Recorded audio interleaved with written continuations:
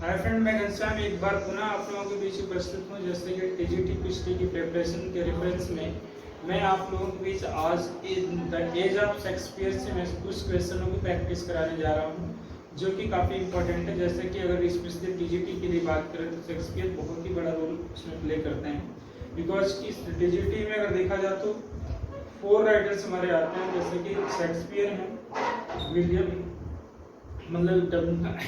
Shakespeare हैं, और साथ साथ कह सकते हैं वर्डवर्थ हैं, और आपका गर्ल्सवर्दी हैं, जॉन मिल्टन है। तो इन 4 ही से क्वेश्चंस बनाए जाते हैं।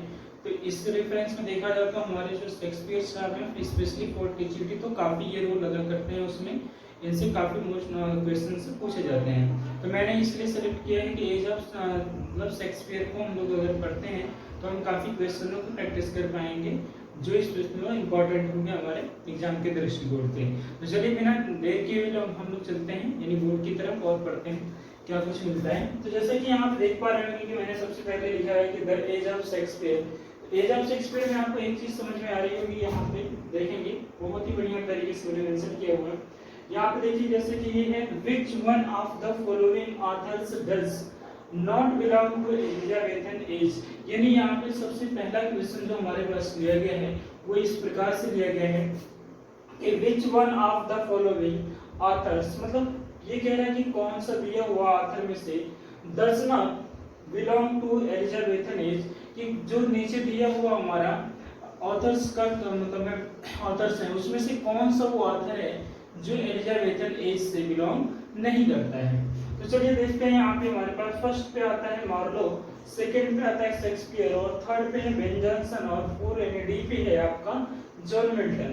तो ये स्पष्ट रूप से यहाँ पे हम चारों ऑप्शन को पढ़ने के बाद यानी रीड आउट करने के बाद ये अपने कंक्लूजन तक पहुँचते हैं दोस्तों कि ये मार्लो साहब और शेक्सपियर और बेन जॉनसन ये एलिजाबेथन के ही एक एज में आने वाले हैं। तो हमारे ये जो जॉन मिल्टन साहब है ये इस एज से बाहर रहते हैं, इसलिए हमारा ऑप्शन सही होता है डी, यानी जॉन मिल्टन ही वो राइटर है या वो ऑथर है जो एलिजाबेथन एज से बिलोंग नहीं करते हैं। तो चलिए हम लोग नेक्स्ट लेते हैं और पढ़ते हैं। तो नेक्स्ट नंबर हमारे पास क्या आएगा कि Elizabethan age of English literature latest, यानी कि Elizabethan age of English literature latest क्या रहा है ये देखेंगे। तो ये बताया जा रहा है कि मतलब कि ऑप्शन नंबर 1 है कि 1558 1603 से लेकर के 1625 तक है, या सी ऑप्शन की बात करता है कि 1625 से लेकर के 1649 तक है, और डी ऑप्शन की बात करें तो 1649 से लेकर के 60 तक है। यानी चारों ऑप्शन के दौरान ये पूछा जा रहा है कि जो इंग्लिश लिटरेचर लेटेस्ट कौन सा रहा है एलिजाबेथन का। तो ये रहा है आपका सी रहेगा, यानी कि ये रहेगा आपका ए वाला ऑप्शन सही होगा, यानी 1558 से लेकर के 1603 वाला जो पीरियड रहा है ये आपका एलिजाबेथन एज का लेटेस्ट वाला रहा है, यानी यहाँ पे शुरुआत मानी जाती है। तो चलिए इस प्रकार से आपका ऑप्शन सही हो जाता है। ये बहुत ही बढ़िया तरीके से आप समझ पा रहे होंगे आज की इस प्रैक्टिस सेशन को। तो हम लोग कीप ऑन करते हैं, कंटिन्यू रखते हैं इस चीज को। देखिए थर्ड वाले की बात करें तो यहाँ पे थर्ड नंबर पे आपको इस प्रकार से आएगा कि in which year did the first folio of Shakespeare plays appear. यानी यहाँ पे ये पूछा जा रहा है कि इन विच ईयर कौन से वर्ष में did the first folio of Shakespeare's play appear, यानी कि शेक्सपियर के जो प्ले का फोलियो आया था यानी सबसे पहला फोलियो कब आया था। तो दोस्तों यहाँ पे हमें बताना है कि शेक्सपियर के सबसे पहला जो प्लेज का जो फोलियो प्रकाशित हुआ था वो कब हुआ था। तो यहाँ देखिए हमारे पास ऑप्शन नंबर 1 है कि 1620 में हुआ था। कब हुआ था? 1620 में हुआ था, या ये कह रहे हैं 1622 में हुआ था, यानी 1623 में हुआ था, 1632 में हुआ था। तो यानी आफ्टर ऑल हम पूरे को रीड आउट करने के बाद यहाँ पहुँचते हैं, यानी कि फर्स्ट फोलियो का अगर प्रकाशन की बात की पब्लिश की बात की जाए तो जो फर्स्ट फोलियो था वो पब्लिश कराया गया था 1623 में कराया गया। तो इस प्रकार से हमारा जो ऑप्शन सही हो जाएगा दोस्तों, यहाँ पे ऑप्शन नंबर हमारा सही होता है सी, यानी ऑप्शन नंबर सी पे क्या है 1623। तो याद रखेंगे कि जो शेक्सपियर का फर्स्ट फोलियो था ना वो 1623 में ही पब्लिश कराया गया था या आया हुआ था, ऐसा माना जाता है। तो चलिए नेक्स्ट हम लेते हैं अपने नेक्स्ट क्वेश्चन की बात करें तो in the play the Tempest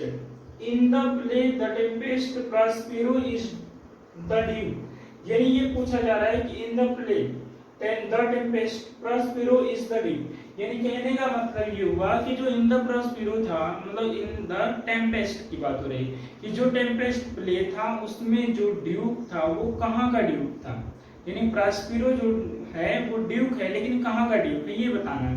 तो चलिए ये कह रहा है ये वाला पे मिलान का है और ये कह रहा है केंट का है, यहाँ पे है एडिनबर्ग का है और यहाँ पे है नेपल्स का है। तो यहाँ पे आप देख पा रहे होंगे कि ये ऑप्शन यानी जो Prospero is the Duke of जो था ना वो मिलान का था, तो यहाँ पे हो जाएगा मिलान, ऑप्शन आपका सही हो जाएगा बिल्कुल। तो यहाँ पे दोस्तों ये आपको ऑप्शन नंबर सी होता है मिलान, तो बहुत ही बढ़िया लगा ये आपको। चलिए नेक्स्ट लेते हैं हम लोग, who among the following was not university bits, ये पूछ रहा है ना कि मतलब कि कौन जो दिए हुए राइटर्स हैं उनमें से कौन वो राइटर है जो यूनिवर्सिटी बिट नहीं कहलाता है। तो चलिए देखते हैं, रॉबर्ट ग्रीन, थॉमस नसे, फ्रांसिस बेकन, जॉर्ज पील। तो दोस्तों इस चार यानी इसको पढ़ने के बाद हमको ये पता चलेगा, यानी 4 ऑप्शन पढ़ने के बाद मैं बता दूं, देखिए रॉबर्ट ग्रीन, थॉमस नसे और George Peele, Christopher Marlon, Thomas कीट, ये मैक्सिमम देखिए 6 जो आपके थे ये क्या थे अब तक यूनिवर्सिटी बिट में आते थे। कौन कौन यहाँ पे 3 दिए हुए, जैसे रॉबर्ट ग्रीन है, थॉमस नसे है, जॉर्ज पील है, तो इसमें क्या बचा हुआ, थॉमस कीट बच गया है, जॉन लिली बच गए हैं, मतलब जॉर्ज पील को दिया है, लिली बच गए हैं और क्रिस्टोफर मार्लोर। तो ये जो 6 है ना ये आपके किस में आते हैं, ये आते हैं यूनिवर्सिटी बिट में। तो कौन से नहीं आने वाले हैं, तो फ्रांसिस बेकन को याद रखिए कि फ्रांसिस बेकन ये यूनिवर्सिटी बिट में नहीं आते हैं। यही हमारा क्वेश्चन भी था कि कौन सा राइटर है या कौन सा ऑथर है जो यूनिवर्सिटी बिट नहीं है, तो ये ऑप्शन आपका सही होता है सी। तो चलिए दोस्तों चलते हैं नेक्स्ट वाले क्वेश्चन के साथ। तो आपके लिए अगला वाला क्वेश्चन जो है इस प्रकार कि there is a soul of goodness in things, there is a soul of goodness in things evil would observing, ठीक है, ऑब्जर्विंगली डिस्टिल इट आउट। ये जो लाइंस दी गई हैं इसको पूछा गया है कि हु हैज रिटन इट, यानी जो लाइनें दी गई हैं कि there is a soul of goodness in things evil would observingly distilled it out, जो लाइन है ये लाइन कौन से राइटर के द्वारा दी गई है वो आपको बताना है, यानी वो किसने लिखा है। हु हैज रिटन इट, इसे किसने लिखा है, क्या बेन जॉनसन ने लिखा है या क्रिस्टोफर मार्लो ने लिखा है या विलियम शेक्सपियर ने लिखा है या जीबी शाह ने लिखा है। तो दोस्तों इस वाले लाइन को लिखने का जो काम किए थे ना वो किए थे आपके विलियम शेक्सपियर साहब ने किया था। इस प्रकार से ऑप्शन नंबर आपका सी वाला होता है सही, बिल्कुल करेक्ट हो जाता है। तो चलिए दोस्तों हम लोग थोड़ा सा और आगे बढ़ते हैं और कुछ अच्छे से बातें कर लेते हैं। तो क्या करते हैं नंबर नेक्स्ट की बात करेंगे, 7 क्वेश्चन जो आता है कि name the play in which Shakespeare had written, यानी ये कहा जा रहा है कि नेम द प्ले, उसका मतलब प्ले का क्या नाम है, इन विच शेक्सपियर हैड रिटन, जिसमें शेक्सपियर ने ये लाइनें लिखी है, जो लाइनें मैं आपको बताने जा रहा हूँ, ठीक है। तो देखिए यहाँ पे है कि इट इज, ठीक है, it is tale told by an idiot, यानी it is tale told by an idiot full of sound and fury signifying nothing, यानी कि जो ये लाइन है ना वो एक इडियट के द्वारा कही गई है, तो लेकिन वो किस वाले प्ले में कहा गया है ये हमको बताना है। तो देखिए जैसे कह रहे हैं कि अब फर्स्ट वन क्या है, हैमलेट में कहा है या किंग लियर में ये लाइन आई है या ओथेलो में है या मैकबेथ में है। तो यानी कि यहाँ पे उनका तो 4 ट्रेजेडी है और ये चारों जो ऑप्शन ये ट्रेजेडी है, ग्रेट ट्रेजेडी माना गया। तो इसमें से कौन से ऑप्शन मतलब ट्रेजेडी में यह बोला गया है कि full of sound and fury signifying nothing. तो जी दोस्तों मैं ऑप्शन रीड आउट करने के बाद हमें पता चलता है ये वाला मैकबेथ में बोला गया है। किसमें बोला गया है, मैकबेथ में। इस प्रकार से आपका ऑप्शन नंबर सही होता है डी। तो चलिए बिना देर के हम लोग और आगे चलते हैं और नेक्स्ट नंबर क्वेश्चन की बात कर लेते हैं। तो नेक्स्ट नंबर क्वेश्चन हमारे पास है 8 पे क्या है, विच of the following works of William Shakespeare, which of the following works of William Shakespeare is written in 6-line stanza and shows decided sign of immaturity, decided sign of immaturity। तो कहने का मतलब है कि दिए हुए जो विलियम शेक्सपियर की जो रचनाएं हैं, यानी जो कविताएं या पोएम्स जो भी है, उसमें से ये पूछा गया है कि कौन सी वो क्रिएशन है, कौन सी वो पोएम है जो 6-लाइन स्टेंजा के फॉर्म में लिखी गई है और वो प्रदर्शित करती है इमेच्योरिटी को। तो ये मैं बता दूं कि शेक्सपियर अपने पूरे लाइफ में जो सबसे पहला जो उन्होंने यूज करा था 6-लाइन स्टेंजा का फॉर्मेट जो यूज किया है लिखने में, तो वो अपनी poem long poem Venus and Adonis किसमें किया है, वेनस एंड एडोनिस में किया हुआ है। तो दोस्तों इस प्रकार से हम अगर ऑप्शन तक पहुंचने की बात करें तो चारों ऑप्शन पढ़ने की कोई जरूरत नहीं है, सीधे सीधे हम पहुंच जाएंगे वेनस एंड एडोनिस के पास जाएंगे, क्योंकि ये वही ऑप्शन है, ये वही पोएम है जिसमें शेक्सपियर साहब ने 6-लाइन स्टेंजा का फॉर्मेट को यूज किया हुआ था। It is a long poem written by William Shakespeare. तो मुझे उम्मीद है कि आज आपको बहुत ही बढ़िया तरीके से ये प्रैक्टिस सेशन समझ में आया होगा। तो कीप ऑन रखेंगे आप 8 के बाद अभी 1 मिनट का समय दीजिए, आगे आपको भी बताया जाएगा। हाय फ्रेंड्स, जैसे कि हम लोग इस एज ऑफ शेक्सपियर से 8 क्वेश्चन की प्रैक्टिस किए हैं, तो उसी से आगे बढ़ते हुए 9 क्वेश्चन से हम लोग आगे बढ़ते हैं। तो चलिए देखते हैं क्या कुछ आज की प्रैक्टिस, अभी की प्रैक्टिस सेट में क्या मिल जाता है आपको। जैसे कि 8 तो कर लिए हैं, अब 8 से आगे बढ़ के चलते हैं। तो चलिए 9 नंबर ले लेते हैं। क्वेश्चन हमारे पास क्या है, जो 9 नंबर की बात करें तो ये इस प्रकार आपके सामने है। From whom did Francis Bacon derive his concept of his essay?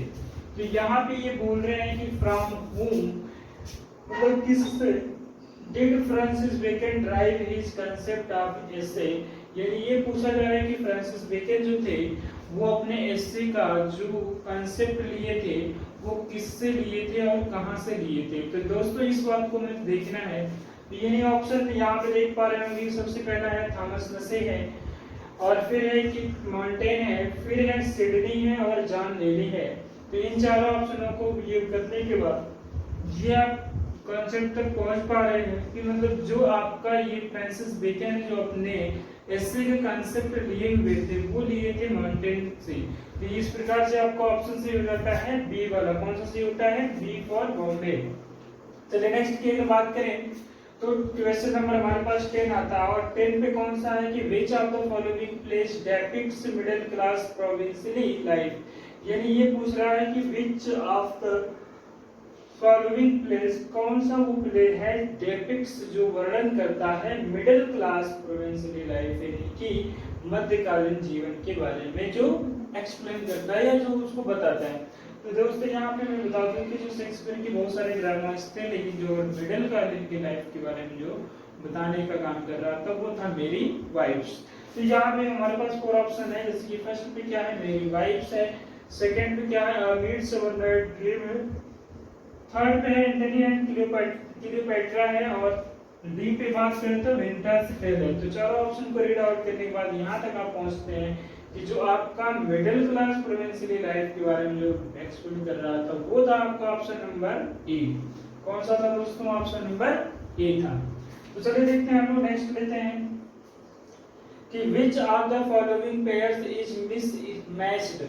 ये पूछा जा रहा है कि which of the following pairs is mismatched, यानी कौन सा जो हमारा फॉलोइंग पेयर्स है जो मिसमैच्ड है, यानी कि वो सही तरीके से मैच नहीं कराया गया है। तो ये देखेंगे यहाँ पे सबसे पहले पूछा गया है कि हेमलेट 1602 में आया था, ट्वेल्थ नाइट 1601 में आया था, सिंबेलाइन 1608 में आया था, टेम्पेस्ट की बात हो रही है 1611 में आया हुआ था। तो यहाँ पे देखिए दोस्तों ये तो ठीक था कि मतलब आपका जो हेमलेट था वो आया था 1602 में, ट्वेल्थ नाइट आया था 1601 में, टेम्पेस्ट आया था 1611 में। लेकिन यहाँ पे जो मिसमैच की कंडीशन में जा रहा है ये जाएगा आपका सिंबेलाइन, यानी कि ये ही ऑप्शन आपका सही हो जाता है, ऑप्शन नंबर सी। तो चलिए नेक्स्ट बात करते हैं और भी हम अगले वाले क्वेश्चन तक पहुंचते हैं। तो हमारा जो अगला वाला क्वेश्चन होगा वो इस प्रकार होगा कि which of the following is not titled to play written by William Shakespeare। यहाँ पे ये पूछा जा रहा है कि which of the following is not a title, कौन सी वो टाइटल नहीं है to play written by William Shakespeare, यानी कौन सी जो टाइटल्स प्लेज की दी गई हैं, सारी टाइटल्स प्लेज की हैं, उनमें से वो कौन से एक प्लेज की टाइटल है जो शेक्सपियर के द्वारा रिटन नहीं है। तो जैसा कि जानते हैं कि हेनरी से इन्होंने कई लिखा हुआ है, हेनरी 6, हेनरी 8 और हेनरी ये 4 है, तो और हेनरी 7 की बात हो रही है। तो ये कौन सा प्लेस था कि जो शेक्सपियर के द्वारा नहीं लिखा गया था, तो ये हेनरी डी था, यानी कि सॉरी हेनरी 7, यानी ऑप्शन नंबर डी, यानी हेनरी 7 नामक इन्होंने कोई भी प्लेस नहीं लिखा है। हेनरी 4 लिखा है, हेनरी 5 भी लिखा है, 6 लिखा है और 8 लिखा, लेकिन 7 को नहीं लिखा हुआ है। तो इस तरीके से आपको ऑप्शन नंबर यहाँ पे सही होता है डी वाला। चलिए दोस्तों बिना देर किए हम लोग आगे चलते हैं और अगला नंबर क्वेश्चन को देखते हैं। तो अगला नंबर हमारे पास क्वेश्चन ये इस प्रकार है, जो आपके लिए बहुत ही इंपॉर्टेंट है कि Shakespeare's plays, Shakespeare popular plays merchant of Venice, यानी ये कह रहे हैं कि Shakespeare's popular play merchant of Venice belong to which of the literary form, यानी कौन से लिटरेरी फॉर्म से जुड़ा हुआ था जो शेक्सपियर का famous play merchant of Venice था। मर्चेंट ऑफ वेनिस वो किस मतलब पॉपुलर लिटरेरी फॉर्म से जुड़ा हुआ था, ये बताना है। तो चलिए बिना देर के हम लोग बताते हैं कि किस लिटरेरी फॉर्म से जुड़ा हुआ था। आइए देखते हैं यहाँ पे। तो यहाँ देखिए, क्या वो कॉमेडी था? जी नहीं। क्या वो रोमांस था? ना। ट्रेजेडी कॉमेडी था, ट्रेजिक कॉमेडी, और फिर क्या है हिस्टोरिकल सॉरी हिस्ट्री प्ले था। तो अगर मैं बात करूं मर्चेंट ऑफ वेनिस में, तो ये मुझे देखने को मिला था कि ये स्टार्टिंग तो होती है दुखद से, इसकी जर्नी चलती है, लेकिन लास्ट जो होता है वो एंड होता है हैप्पीनेस से। तो ऐसा जो भी प्ले होता है कि स्टार्टिंग अगर उसका दुखद पड़ रही है, लेकिन और वो दुख की भावनाओं से चलता गया है, लेकिन फाइनली जो एंड हुआ अगर वो हैप्पीनेस के साथ होता है, तो दोस्तों याद रखिए उसे हम कहते हैं ट्रेजिक कॉमेडी कहते हैं। तो ये यही हमारा है आपका जो मर्चेंट ऑफ वेनिस को बताएंगे। तो यहाँ पे ट्रेजिक कॉमेडी है क्योंकि इसका अंत सुखद हुआ था, तो इसलिए हम इसे कहेंगे ट्रेजिक कॉमेडी कहेंगे। तो चलिए नेक्स्ट की बात करते हैं। नेक्स्ट नंबर हमारे पास आता है 14 नंबर क्वेश्चन पे हम लोग क्या पाते हैं इसको देखेंगे हम। Which of the following is the dominant theme of Shakespeare's play King Lear, यानी शेक्सपियर प्ले किंग लियर के लिए जो डोमिनेट की गई थी वो थीम क्या थी, वो थीम बताना है आपको। तो चलिए देखते हैं कि जो dominated theme of Shakespeare famous play King Lear के लिए क्या था। क्या जेलसी था? ना। एम्बिशन था? रिवेंज था? ना। तो ये है फिलियल इनग्रेटिट्यूड। तो ये जो किंग लियर के लिए जो डोमिनेटेड थीम थी वो थी फिलियल इनग्रेटिट्यूड था। ये वाला ऑप्शन आपका हो जाता है सही। तो दोस्तों चलिए अभी आज की वीडियो में हम लोग और अभी आगे बढ़ते हैं। तो देखते हैं अपना नेक्स्ट नंबर क्वेश्चन। जो नेक्स्ट नंबर क्वेश्चन होगा वो आपके इस प्रकार होगा कि which of the following character does not belong to famous Shakespearean tragedy यानी हैमलेट। यानी कि ये पूछा जा रहा है कि इसमें जो फॉलोइंग कैरेक्टर्स दिए हुए हैं वो शेक्सपियर के फेमस प्ले हैमलेट से बिलोंग न करने वाला कैरेक्टर कौन है। डज नॉट दिया है ना कि does not belong to famous Shakespearean tragedy Hamlet, यानी वो कौन सा कैरेक्टर है जो कि शेक्सपियर के प्ले हैमलेट से बिलोंग नहीं करता है। तो यहाँ पे हम ऑप्शन अगर पढ़ते हैं, फर्स्ट वाला है ओफेलिया, सेकंड है क्लॉडियस और थर्ड है पोलोनियस, और डी पे आता है यानी आपका कैसियो। तो यानी कि ओफेलिया तो आपको हैमलेट में मिली है, क्लॉडियस भी उसका पार्ट रहा है, पोलोनियस भी रहा है, लेकिन जो इसका कैरेक्टर नहीं था वो कैसियो नहीं था।